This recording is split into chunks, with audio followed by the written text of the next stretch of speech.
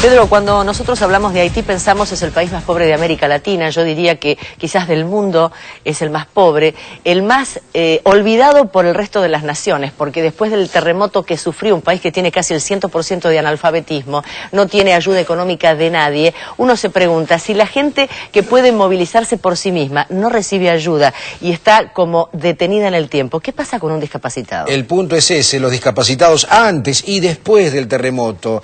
Es un informe especial de nuestra compañera Verónica González. La situación de las personas con discapacidad ya era crítica en Haití previo al terremoto ocurrido el 12 de enero.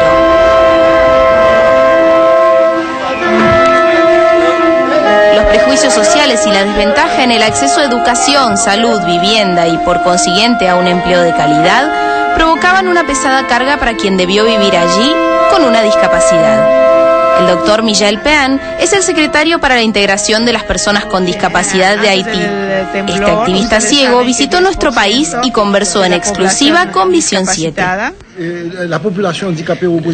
La población discapacitada representa alrededor de 10%. Dice que sobre los 8 millones de personas, de habitantes, según el censo, nosotros tenemos 800.000 personas discapacitadas. Antes del 12 de enero, comprendiendo esto. Aparte de esto, las personas con discapacidad son muy pobres y forman parte de las capas sociales más pobres, y yo llamo a esto los pobres de los pobres. Las organizaciones nacionales de personas con discapacidad trabajaron fuertemente con la Secretaría para que Haití cuente con un marco legal desde donde dar respuesta a este sector.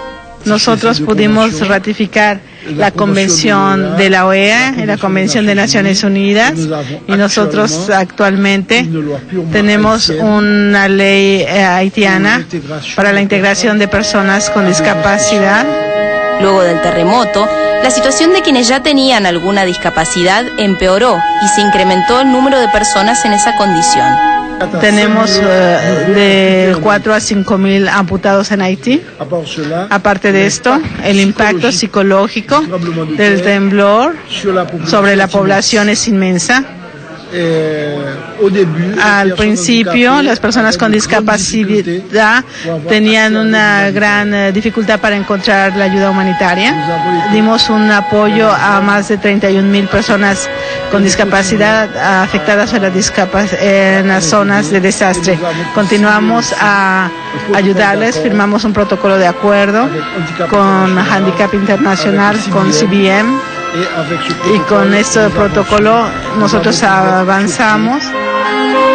La Organización de Estados Americanos trabaja junto con el gobierno haitiano para asistirlo en la reconstrucción.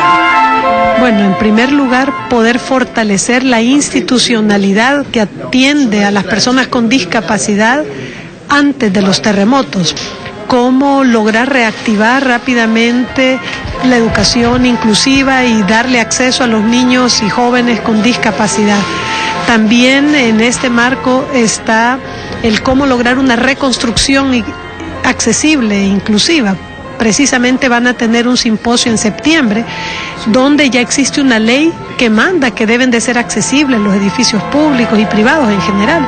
Durante el duro proceso de reconstrucción, se le presenta a este golpeado país la oportunidad de reestructurar algunas cuestiones. La accesibilidad al medio físico es tan solo un ejemplo. Con los terremotos y la destrucción de la infraestructura, ahora también está la oportunidad de que cada edificio que se haga sea de verdad accesible. Handicap International y Christian Blind Mission trabajan junto con el gobierno para asistir a la población con discapacidad. Así reparten bastones, sillas de ruedas, material adaptado, kits de higiene y alimentos. Si querés colaborar, podés escribirnos a infodiscapacidad@tvpublica.com.ar.